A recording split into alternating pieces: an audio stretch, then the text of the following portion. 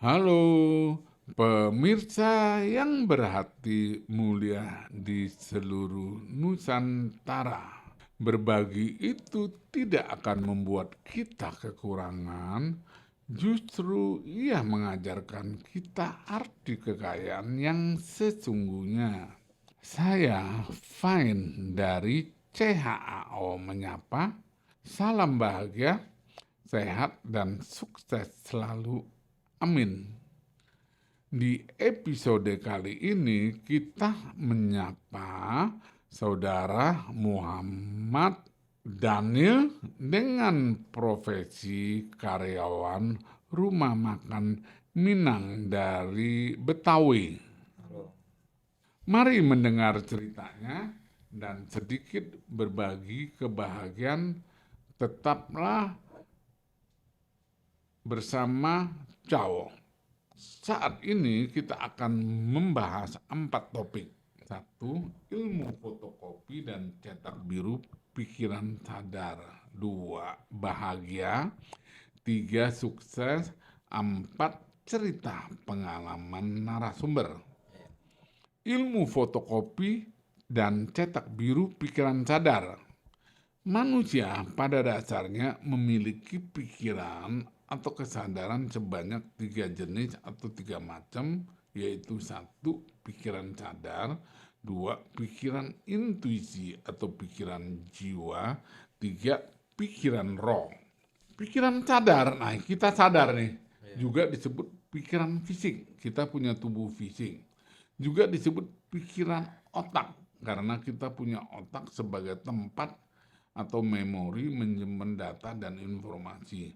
Juga disebut pikiran masuk akal karena ada fotokopi akal di dalam memori otak kita. Juga disebut pikiran masuk logika karena ada fotokopi logika di dalam memori otak. Nah, kelimanya adalah sama atau sinonim, mempunyai arti yang sama.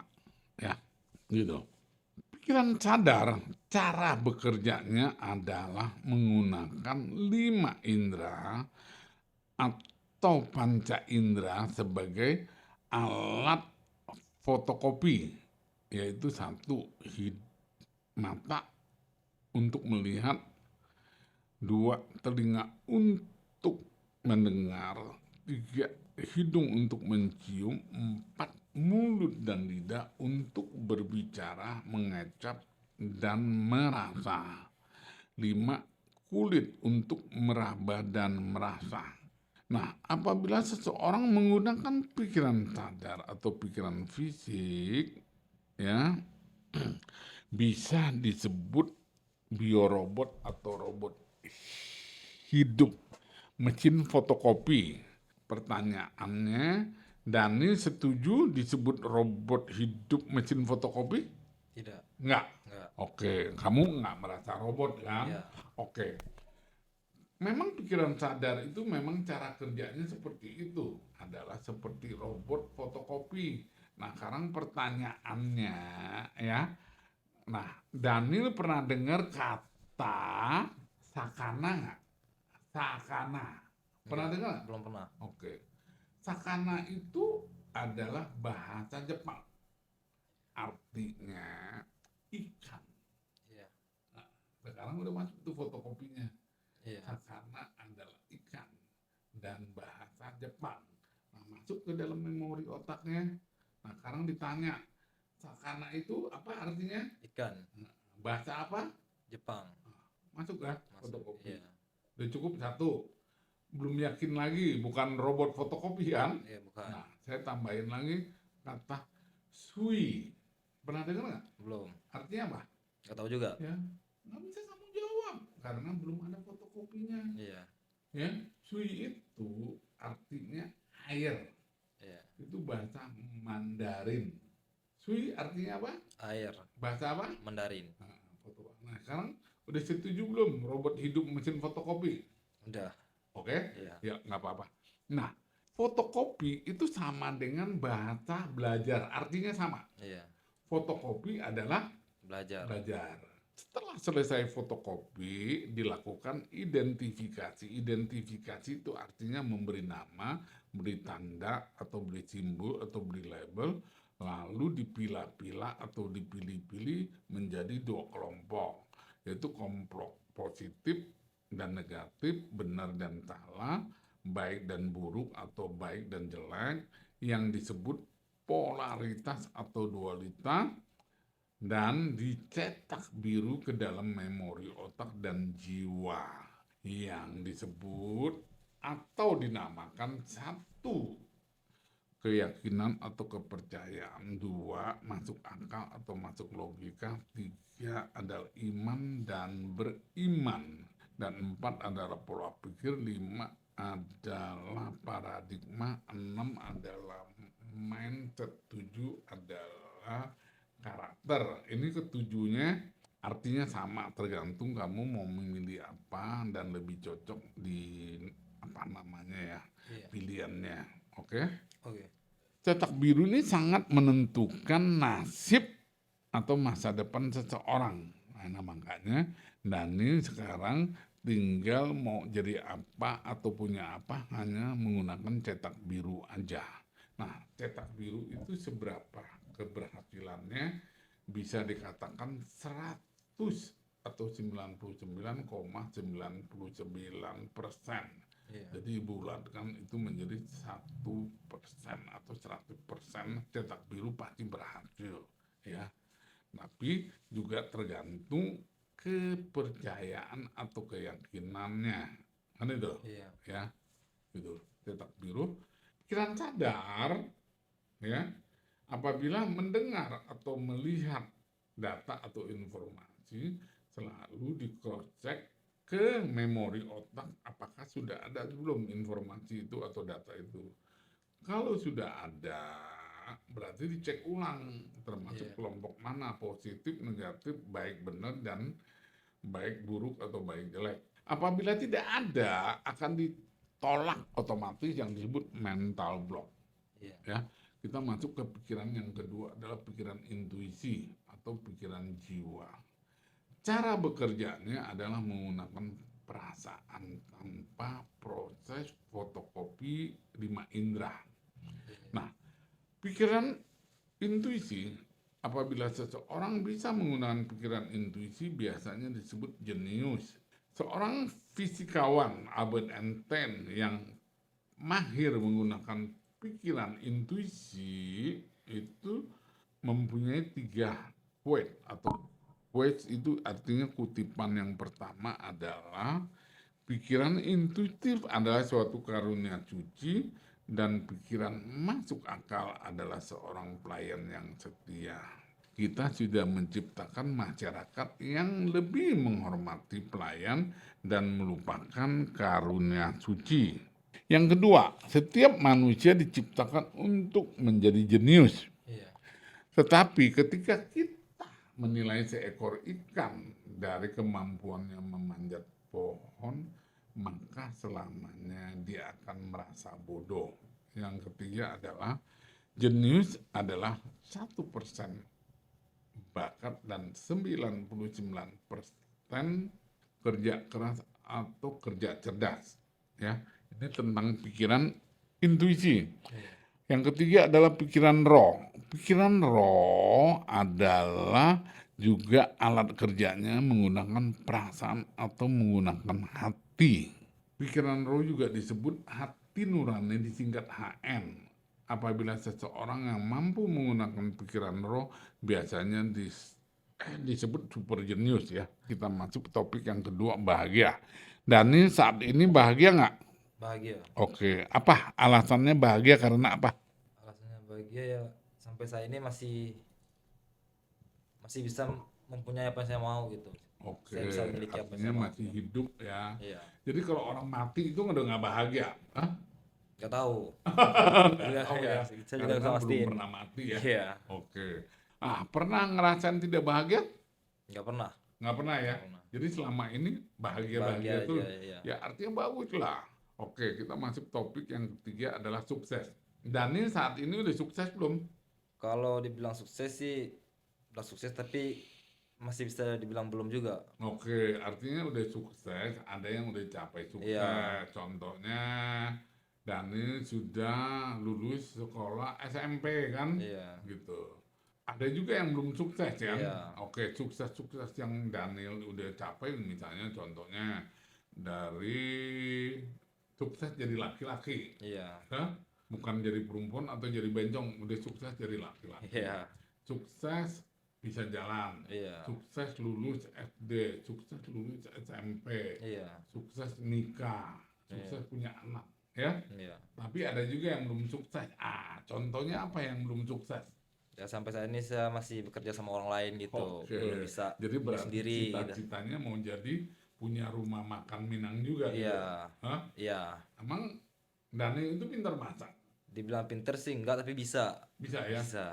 Oke, jadi selama kerja di rumah makan Minang akhirnya belajar ya, Belajar ya. fotokopi sehingga bisa masak ya. Iya, Oke, jadi artinya ada yang belum sukses karena belum punya usaha sendiri, masih iya, kerja sama orang. iya, Betul kan ya? iya betul. Oke, kita udah selesai tentang topik yang ketiga sukses. Kita masuk topik yang keempat yaitu cerita pengalaman narasumber. Iya, Ya, bagaimana ceritanya Daniel itu bisa bekerja di rumah makan Minang? iya, Ya, tolong ceritakan dari awalnya pendidikannya, lalu lulus apa, dan setelah itu mulai kerja itu kapan dan di mana, lalu bisa sampai ke rumah makan Minang di Jakarta. Ya, iya, silakan oke. Daniel. Oke, sebelumnya nama saya Muhammad Daniel. Saya berasal dari Padang Pariaman atau biasa dibilang orang Padang. Saya sekolah SD di Pariaman, sama SMP saya juga masih di Pariaman. Jadi kenapa saya bisa lahir di Malaysia itu orang tua saya, bapak saya sama mama saya itu ketemunya di Malaysia. Jadi nikah di situ, akhirnya saya lahir, bisa umur saya sekitaran 4 tahun atau 5 tahun, saya pulang ke Padang. Setelah saya pulang ke Padang, saya sekolah di Padang, SD, SMP. Setelah SMP, tamat SMP itu 2018. 2018, 2019, bulan 7, saya masuk lagi ke Malaysia. Saya bekerja lagi di situ, menemui saudara-saudara saya di situ. Dan akhir 2022, waktu itu kan masih corona ya Pak ya, Covid ya. Lockdown, saya nggak ada kerjaan, akhirnya saya disuruh pulang. Ada kesempatan pulang, saya pulang ke Indonesia lagi. Nah, selama saya mengisi waktu libur libur panjang karena nggak bisa kerja di Malaysia itu, saya nyari kerjaan di daerah kampung saya, Padang. Nah, akhirnya ketemu, saya kerja di rumah makan juga. Ya. Ya, saya di rumah makan, saya belajar belajar cara ya melayani orang, bungkus nasi segala macam lah gitu kan. Nah, setelah belajar, cukup lama belajar saya di situ, 2023 saya berangkat ke Jakarta. Ya. 2023 itu bulan Mei. Nah, setelah sampai Jakarta, dari info dari teman-teman juga sama kerjaan, ada lowong kerja di rumah makan Minang yang di sini. Nah, itu awal saya kerja di sini. 2023 bulan Mei awalnya. Nah, setelah lama saya bekerja di sini, ya saya cukup betah. Kerjanya juga ya karena udah terbiasa juga, nggak terlalu berat gitu kan. Ya begitulah, saya sampai Jakarta sekarang, dan sekarang saya udah bisa dibilang udah memiliki keluarga juga di sini. Ya. Ya saya cukup bersyukur lah, di kerjaan ini saya juga udah apa yang saya mau bisa saya dapatkan gitu ya, walaupun belum semaksimal orang lain gitu, tapi saya udah merasa bersyukur banget gitu. Saya melihat orang punya motor, saya juga punya. Ya. Orang punya HP bagus, saya juga punya gitu. Jadi apa yang orang punya, saya insya Allah saya juga punya gitu. Ya. Jadi buat teman-teman yang di luar sana yang masih belum dapat kerjaan, ya pokoknya nggak usah milih-milih lah gitu. Ya. Kerjaan itu mungkin kita lihat dari luarnya aja nggak enak gitu, setelah kita kerjain ya udah terbiasa juga, ya sama aja gitu, Oke. nggak ada masalah juga. Oke. Nah, selama bekerja di rumah makan Padang, apa tugas Daniel yang utama dan bagaimana kerjanya sepanjang hari? Apa sih yang dilakukan di rumah makan Minang? Ya kalau tugas yang utama sih ya, kalau kayak pagi itu kita kayak bersihin ikan, Ya. bersihin ayam ya kan. Habis itu lanjut ke pembakaran. Saya bagian bakar-bakar kan, bakar ikan, bakar ayam. Nah, setelah itu baru saya di bagian depan. Bagian ngelayanin orang yang mau beli makan situ atau bungkus gitu, itu saya yang ngambilin gitu. Ya, sampai sore juga masih tetap di depan saya. Ya. Ya, palingan ntar kalau jam 3 itu kan kalau di rumah makan Minang kan ada namanya yang manasin gulai gitu. Heeh. Jadi lauk-lauk itu diangetin semua lagi biar bisa tahan sampai malam. Oh, Kalau nggak basi gitu kan. Nah, jam 3 itu saya ya kayak manas-manasin gulai gitu. ya. Gitu sampai sampai tutup. Oh, tutup jam berapa? Tutup jam setengah 10. Oh, tengah 10, Iya. nggak 24 jam ya? Enggak. Oke.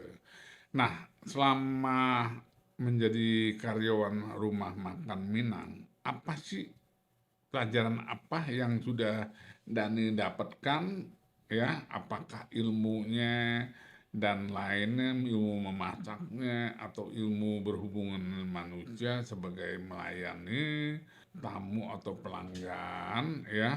Kira-kira apa sih yang sulit di dalam bekerja rumah makan Minang? Ya kalau ilmunya sih kalau kayak masak itu udah pasti ya kan, ilmu masak. Tapi menurut saya yang paling sulit itu ilmu sabar. Oh, ilmu Iya, apa? ilmu sabar. Oh, ilmu sabar. Itu Iya. contohnya apa tuh ilmu sabar Ya, tuh? namanya kita berinteraksi setiap hari sama orang gitu Iya, kan.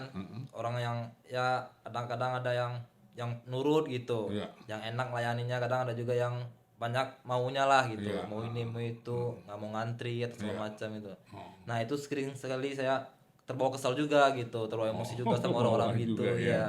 Oh, Karena jadi kita udah mencoba bersabar gitu, dia kayak nguji banget gitu, nguji kesabaran kita banget gitu. jadi di dalam pelayanan itu juga ada ilmu yang untuk kita pelajarin untuk ilmu sabar ya. Ilmu sabar ya. Oh, oke. Jadi tamu-tamu ini macam-macam, ada Iya. yang mau nyerobot atau Iya, begitu ya, benar. nggak mau ngantri dan lain-lainnya gitu. Jadi itu butuh kesabaran juga ya Iya, menghadapinya. Bisa-bisa terpancing emosinya ya. Iya. Oke. Nah, selama melayani eh, rumah makan Minang itu, tamu atau pelangganan yang paling rewel atau banyak maunya atau banyak komplain itu tipe jenis apa yang sering terjadi? Kalau yang terjadi sih yang banyak maunya Hah? tipe perempuan. Oh, Iya, perempuan. perempuan. Perempuan itu maksudnya bagaimana? Ya kayak ibu-ibu gitu Iya. ya. Misalnya kayak ya dia beli sayur gitu. Iya. Sayur 5.000 gitu, tapi Iya. dia minta sambal, minta bumbu rendang, minta segala macam gitu. Oh, gitu. Iya. Kadang kita udah jelasin baik-baik kan kalau mau sayur ya sayur aja gitu. Iya. Kita nggak bisa ngasih sambal nggak bisa. Tapi ya kayak dia ngomong, "Ya, saya udah langganan lama di sini," segala macam gitu. Dia pas-pas kayak gituan gitu. Oke. Oh, jadi ada juga ibu-ibu yang punya maunya caranya sendiri, Iya. ya menurut mereka apa dia layak mendapatkan itu. Iya. Padahal di dalam rumah makan Minang atau rumah makan apapun kan ada SOP-nya ya, Iya, benar. ada prosedur dan lain-lainnya. Tapi itu yang kadang-kadang ibu-ibu itu yang kurang mau mengerti gitu. Iya, benar. Nah, itu bagaimana? Berulang-ulang atau tetap harus jelaskan atau mereka sampai sadar sendiri atau bagaimana? Kadang ada yang sampai sadar sendiri gitu. Kadang ya kita yang harus sabar juga gitu. Kadang dia minta ya udah kita kasih aja gitu. Daripada kita ribut sama ibu-ibu juga nggak enak gitu kan. Gitu selama ini udah jual online juga ya? Udah Udah online ya. online juga. Lebih banyak yang online atau yang datang? Banyak yang datang sih. Yang datang ya. Oh, oke. Nah, kelebihan rumah makan Minang yang Dani kerja di sini apa dibandingkan dengan rumah makan Minang yang di sekitarnya, apa itu kelebihannya? Kalau kelebihannya sih dari harga kita jauh lebih murah gitu. Oke, lebih Ya, murah. lebih Terus? murah. Dari masakan juga kita nggak terlalu kalah jauh lah sama masakan-masakan Oke, yang lain oh, gitu. jadi Ya masih masakannya kita masih oke. bisa bersaing gitu Iya, kan di dalam masakan. Cuman beda harga Beda aja. harga aja gitu. Jadi kalau dilihat dari pelayanan pelanggan itu cukup apa namanya? Cukup laris gitu ya. Cukup laris. Ya. Oke ya. Cukup laris Iya. gitu. Jadi jenis makanannya berapa macam yang disediakan rumah makan Minang Daniel kerja itu? Kalau di tempat saya itu di makanannya cukup banyak ya, Iya. kayak ayam bakar, ayam Mm-mm. gulai gitu, kayak ikan-ikannya ya cukup banyak. Apalagi sekarang tambah menu-menu baru gitu. Ya Oh, kayak ayam bakar madu, ayam saus padang gitu. Itu kan menu-menu baru semua. oke, oke. Jadi pilihannya banyak ya? Banyak ya. Oke, banyak. Nah, hmm, jadi selama bekerja di situ, ilmu masak yang Dani kuasain apa? Masak apa aja? Bantu apa? Bisa apa? Cuma apa? Bisa bakar daging apa? Bakar daging ayam aja atau yang lain-lainnya? Ya buat sekarang sih belum semuanya ya, tapi ya Ya, kayak saya bisa cuman kayak ya bakar ayam, bakar ikan ya. gitu. Ya masih sedikit di situ, masih bakar-bakar gitu. Untuk masak-masak sayur lainnya belum? Udah bisa juga. Udah bisa Itu juga. juga. Itu pemilik rumah makan Minangnya sendiri turun langsung atau semuanya pegawai? Pemiliknya turun langsung. Oh, yang Iya, masak langsung juga? pemilik ya. Oh, Yang masak utamanya itu pemiliknya. hah? Yang masak utamanya itu pemiliknya. Oh, pemiliknya Iya, bukan udah diwakilin kepada karyawannya, enggak. enggak ya? Gitu. Mayoritas orang-orang yang sebagai tamu pelanggan di rumah makan Minang ini itu mayoritas orangnya itu bermacam-macam atau memang khusus orang Minangnya orang Minang sendiri atau campur gitu? Bermacam-macam, Pak. Hah? Bermacam-macam Bermacam-macam. ya. Oh, Ada orang Batak juga, ada orang Cina juga, macam-macam lah gitu macam-macam ya. ya. Jadi bukan khusus orang Minang Enggak. aja ya yang Kita juga memperlakukan semua itu sama gitu. Mau dia orang namanya. Minang, mau orang apa sama, kita Ya, layannya sama oh. gitu. Emang bisa tahu Daniel bahwa ini orang Minang, ini orang suku apa memang bisa tahu gitu. Dari logat bahasanya bisa, Pak. Hah? Dari logat bahasanya ya. Oke. Oh, jadi logatnya Iya, aja. dari logatnya Jadi aja. kalau logat Minang itu ketahuan. Ketahuan, Hah? ketahuan. Oh. Jadi logat di mana-mana gitu ya. Iya. Oh, ini beda, ini orang apa-apa Iya, gitu ya. misalnya kalau kita kayak ngomong bahasa Indonesia nih ya, kan yang namanya orang biasa ngomong bahasa Padang tuh logatnya kan agak ke bawah Padangnya gitu. Iya. Ah. Nah, setelah kita dengar dia "Ya, ini orang Padang nih gitu, kita Oh. langsung ngomong bahasa Padang sama dia gitu. Kita nggak pakai bahasa Indonesia lagi gitu. Enggak, Padang sendiri, apakah ada beda nggak? Padang Pariaman, Padang Solok, Padang apa namanya Bukit Tinggi, Padang apa Batu Sangkar, Batu Sangkar, Padang Lubuk apa Kak Kumbu apa Kak? Payakumbuh, Hah? Payakumbuh. Wah, bahasanya sama atau memang ada beda? Ada beda-bedanya dikit, Beda. beda-beda dikit. Oh, jadi Dari logatnya artinya di Padang pun suku-sukunya ada. ada. Itu dilihat dari nama atau apa? Enggak juga sih Pak, dari bahasa juga bisa. Hah? Dari bahasanya aja. Dari mata, Iya, dari bahasa logatnya. logatnya ya. Misalnya sekarang yang saya tahu saya misalnya ada namanya Padang Caniago, Iya, Padang Kito, Padang Koto. Koto, Iya, bukan Kito ya. enggak Kito itu artinya kita ya. kita ya. Pitita Ado, Iya, kita ada. ya. Pitita Ado. Itu yang saya bisa ya. Iya. Jadi Tanjung. Dan ya, Nah, itu apa? Suku atau marga? itu kalau di Pariaman itu namanya suku. Sebagian orang bilang marga juga bisa bilang marga. Hah? Iya, sama marga sama suku sama. Sama? Iya. Oh. Itu cuma adanya di Pariaman. Hah? Itu adanya di Pariaman doang. Oh, jadi cuma di Di Pariaman yang Pariaman ada? doang. Iya, Yang lain nggak ada? nggak ada. Kayak Bukit Tinggi, Solo itu dia nggak pakai suku. Kenapa bisa begitu sih? Ceritanya bagaimana? Ada ceritanya nggak? Nah, Bapak pernah dengar oh kalau laki-laki Pariaman itu dibeli nggak? Oke, dibeli udah pernah dengar. Ya. Nah, terus? Ya karena suku tadi. Karena kan Pariaman itu menganut apa namanya? Mama. Iya, keturunan dari ibu gitu. Iya. Ya. Jadi sukunya itu diturunin dari ibu. Oke. Iya, kalau saya nih di Pariaman itu saya suku Koto. Oke, Koto. Koto ya.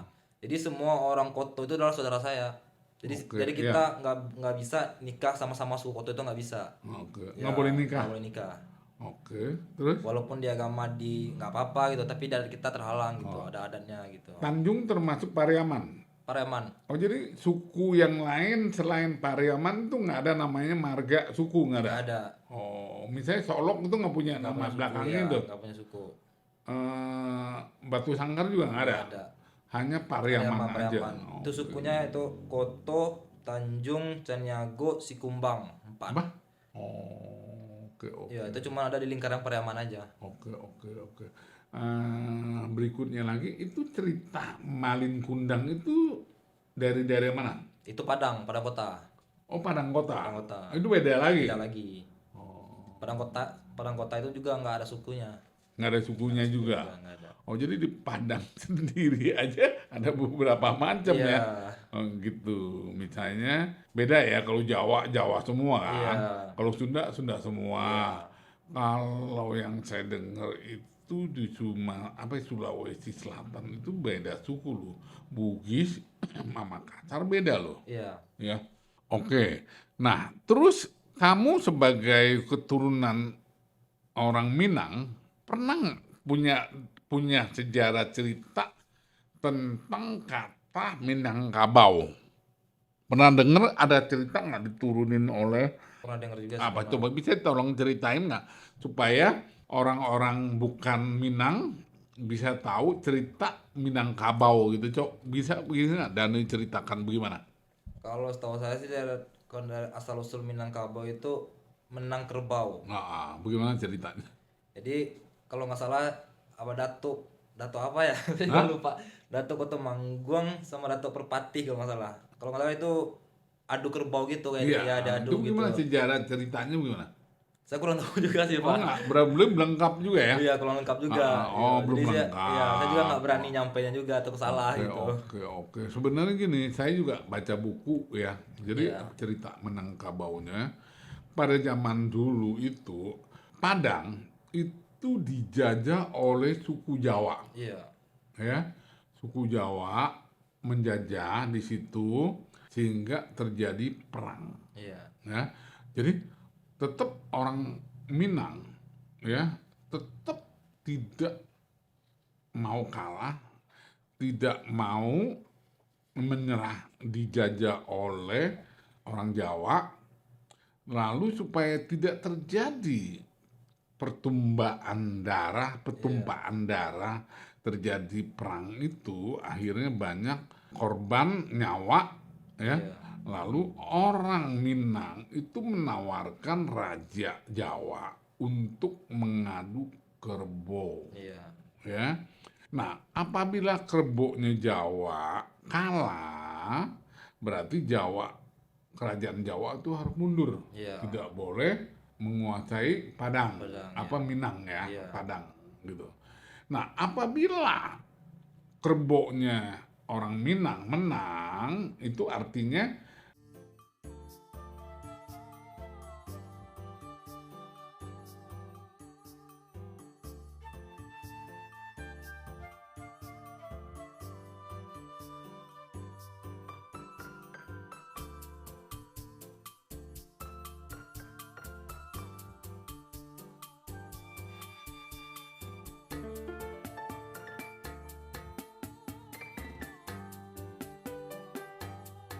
mundur ya. Iya. Tapi kalau misalnya kerbaunya orang Jawa menang, oke, berarti orang Padang tunduk, Iya. dijajah Iya. gitu. Nah, terjadilah perlombaan adu kerbau. Ternyata kerbaunya orang Minang menang. Iya. Akhirnya kerajaan Jawa mundur, tidak menjajah lagi atau menguasai lagi karena kesebekan pertama, makanya namanya Kabau. Iya. Minangkabau, menang kerbau, Iya. makanya Minangkabau. Lalu rumah adatnya pun dibuat ada kepala. Kayak menyerupai tanduk kerbau. Iya, kepala tanduknya Iya. kerbau. Ini ceritanya begitu, Iya. gitu. Oke, karena sudah waktunya mau habis dan sudah selesai, Arwah. Nah, Dani dipersilakan untuk memberikan pesan-pesan atau kepada pelanggan atau teman-teman kerjanya atau bos-bosnya pengusaha Iya. rumah makan Minang, apa yang mau disampaikan gitu, silakan. Ya yang mau saya sampaikan ya buat teman-teman kerja saya tetap semangat gitu. Ya jangan dengerin omongan orang. Nah, emang kita yang lain orang ya orang bermacam-macam karakter gitu. Iya. Ada yang datang baik, ada yang datang lapar gitu. Kita nggak tahu kan. Jadi ya perbanyak sabar aja gitu. Itu aja sih Pak. Oke, baik. Terima kasih Daniel telah bersedia menjadi narasumber Kena Chow.